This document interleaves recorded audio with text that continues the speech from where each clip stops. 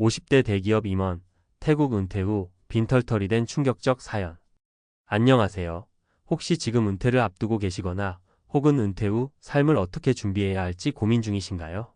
저도 한때는 퇴직만 하면 뭐든 다 할 수 있지 않을까 하는 막연한 기대가 컸습니다. 특히 요즘은 해외에서 노후를 보내겠다는 분들도 많아요. 언뜻 보면 모든 게 새롭고 물가도 저렴해 보이고 한적하게 살 수 있을 것 같으니 말이죠. 하지만 현실은 생각처럼 간단하지 않더라고요. 오늘은 제가 들은 한 충격적인 사연을 바탕으로 은퇴 후에 해외 특히 태국로 이민 가거나 장기 체류를 고민하시는 분들이 꼭 알아야 할 점을 함께 이야기해 보려고 해요. 50대 대기업 임원까지 지냈다면 경제력도 있고 사회적 지위도 상당하다고 볼 수 있잖아요. 그럼에도 불구하고 태국에서 빈털터리가 될 정도로 심각한 상황에 빠진 이야기는 분명 우리에게 많은 시사점을 줄 것 같습니다. 제가 직접 그분을 인터뷰한 건 아니지만 주변에서 전해 들은 사례와 비슷한 세 가지 이야기를 묶어 말씀드리겠습니다. 왜 이런 일이 벌어지는지 그리고 어떻게 대비해야 하는지 같이 살펴보시죠. 1. 너무 낙관적으로 생각한 생활비 문제. 첫 번째 이야기는 생활비를 절반으로 줄일 수 있을 거야 라는 근거 없는 확신이 얼마나 위험한지 알려줍니다. 사례 A. 나의 직업 55세 전 대기업 임원 영업 마케팅 분야. 계획 연금 퇴직금 부동산 수익을 합쳐 한 달에 약 20만 250만 원 정도를 태국 생활비로 잡음.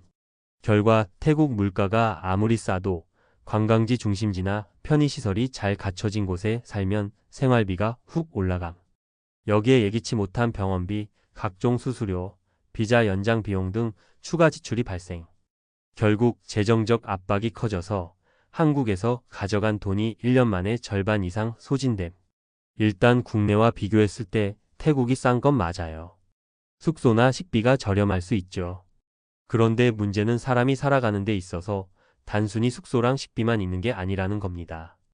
보험이나 병원비, 비자 문제로 인한 행정비용, 차량 유지비, 혹은 귀국 비용 같은 것들이 플러스 알파로 계속 발생해요.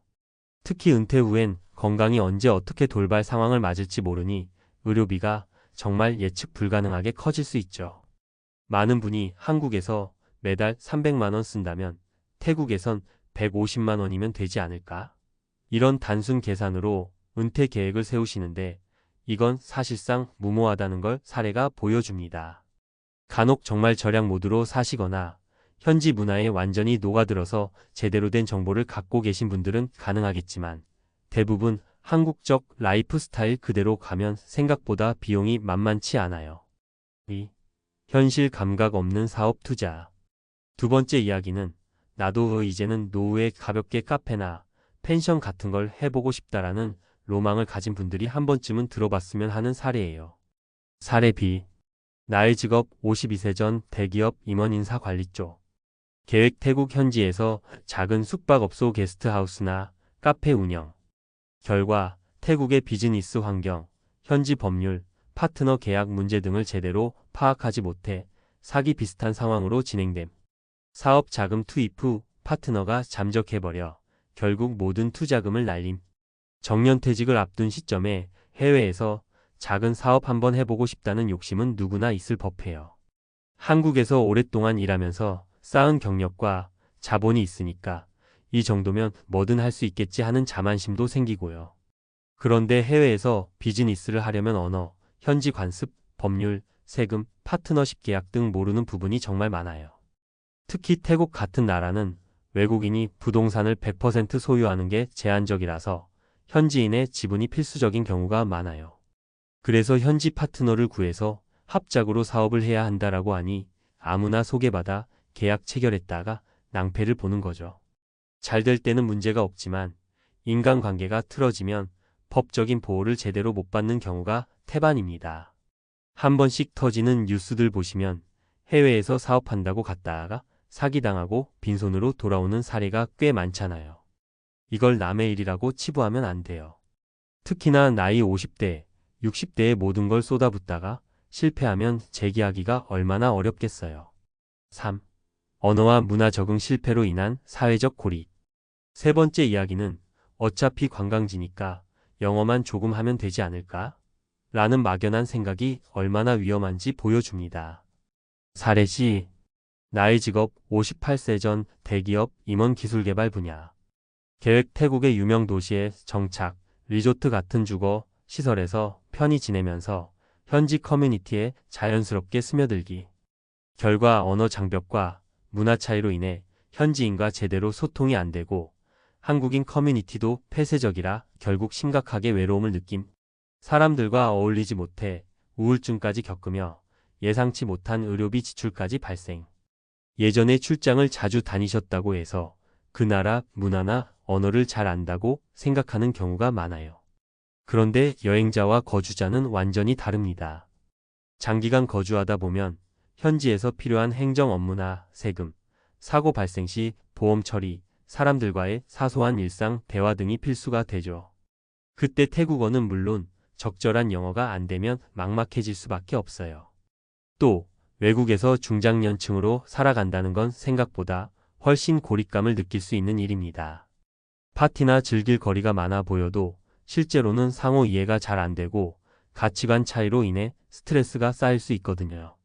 나는 태국에서 즐겁게 생활해야지 라고 시작했는데 정작 의지할 사람이 없어지면 한국에 있던 친구나 가족들이 엄청 그리워집니다.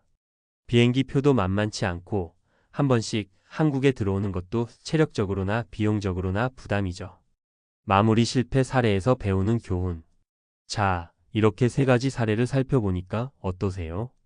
첫째, 은퇴 후 해외 생활은 결코 저비용, 고효율이 아니에요. 철저한 조사가 필요하고 예상보다 훨씬 많은 비용을 고려해야 합니다. 둘째, 익숙하지 않은 환경에서 사업 또는 투자에 뛰어드는 건 큰 리스크를 수반합니다. 특히 현지 파트너십이나 법적 문제는 사전 준비가 필수예요. 셋째, 언어와 문화의 장벽을 단순히 여행 기분으로 넘길 생각하면 안 됩니다. 장기 거주는 어학과 현지 생활 습관을 깊이 이해해야만 가능해요. 우리가 은퇴 후 삶을 꿈꾸는 건 당연해요. 긴 직장 생활을 마치고 내가 하고 싶은 걸 하면서 살 수 있지 않을까? 라고 기대도 하고요. 다만 그 기대에 부푼 나머지 현실적인 리스크를 간과하면 안 된다는 걸 꼭 기억해야 해요.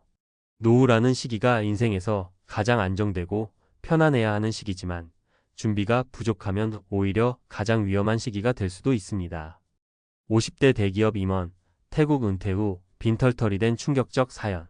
이 단순히 남의 일이 아니었으면 좋겠어요. 나도 겪을 수 있는 일이라는 마음가짐으로 최대한 정확하고 객관적인 정보 수집과 자산관리 계획, 건강관리와 심리적 안정까지 다각도로 점검해 보시길 바랍니다.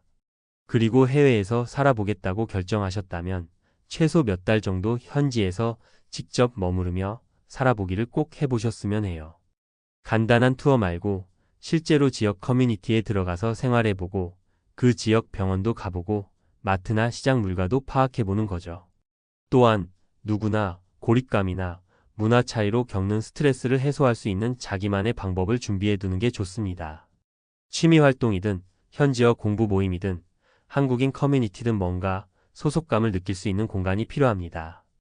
열심히 일했으니까 이제 당연히 편하게 살 수 있을 거야 라는 생각보다는 새로운 도전이고 불확실한 부분이 많으니 신중하고 꼼꼼하게 준비해야겠다라는 자세가 우리를 더 안전하고 풍요로운 은퇴 생활로 이끌어줄 거예요.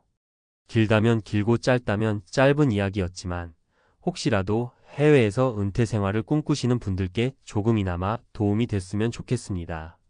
불확실성을 줄이기 위해서는 발품도 팔고 실제 사례도 찾아보고 전문적인 조언도 들어보는 수고가 필요하니까요.